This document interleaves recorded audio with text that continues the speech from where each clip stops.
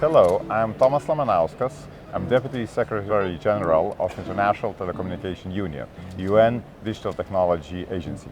Hello, I'm Kek, Youth Representative of the World Organization of the Scouts Movement, and we're here to have a heart-to-heart. So shall I start, So first of all, why is the future worth saving? I think the future is worth saving because there are 1.8 billion youths today below the age of 26 that's going to step into adulthood by the time the SDGs are completed at the year 2030. 1.8 billion. Imagine this number. This can be a force for good, but it can also be a massive social problem if the future is not taken into consideration in policy making. Alright, so I have a question for you too. When you think about the future, how do you feel and why? I think I feel alarmed, but I feel hopeful. So I think if you look at all the indicators we have, and the Secretary General Guterres says, we're hitting all the wrong world records. So we have a hottest year, we have a really, if you look at the disaster rates are really increasing, if you look at CO2 concentrations are increasing. Also the environment, the multilateral environment is not really very conducive to finding the joint agreements. But at the same time, when you come here, and especially what we're doing here, for example, bringing digital industry together for green digital action, you have partners coming together, you have partners committing to things, you have partners that understand that this is the only planet we have and it's worth saving. So I really believe that we'll be able to rise to the occasion, even if it's just 5 minutes to the midnight, and really do what's necessary. So in the very similar spirit, when you think about the future, and how do you feel about this and why? I think there's massive possibilities in the future again. The latest SDG report states that although 94% of education curriculums in the world claims to include climate change, only 47% actually included it upon analysis. And this has led to a lot of young people not knowing what exactly is going on in terms of climate change. Imagine if we are able to turn this around. Imagine if we are able to let young people know why is it important to save the environment.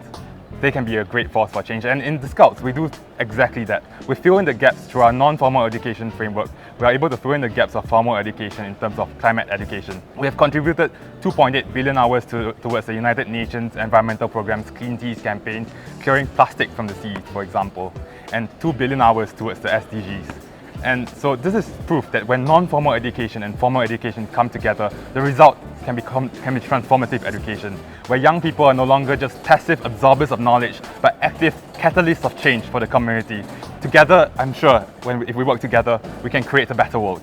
No, definitely. What COP outcome would be really meaningful to you? So I think, when I think about the COP outcome, I think we really need to think about very clear commitments here. So coming together around the clear commitments, not pledges, not abstract words, but very clear commitments. We have to make those commitments in a very tangible way that's immeasurable. We have to work across the boundaries of different sectors and different stakeholder groups and reach out to each other and really come together in a meaningful way. And have the way to then really monitor that and follow up, with the ambitious commitments. And that's for me, again, for the digital industry, around 40 partners together with us, and those 40 partners are coming to do exactly that.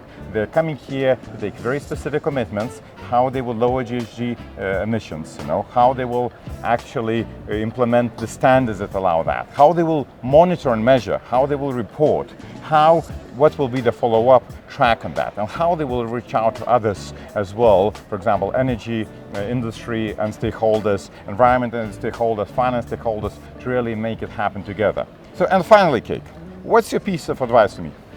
I think we cannot discount the voices of youth in policy making and decision making, because youth have the most energy and we have a vested interest in saving the future.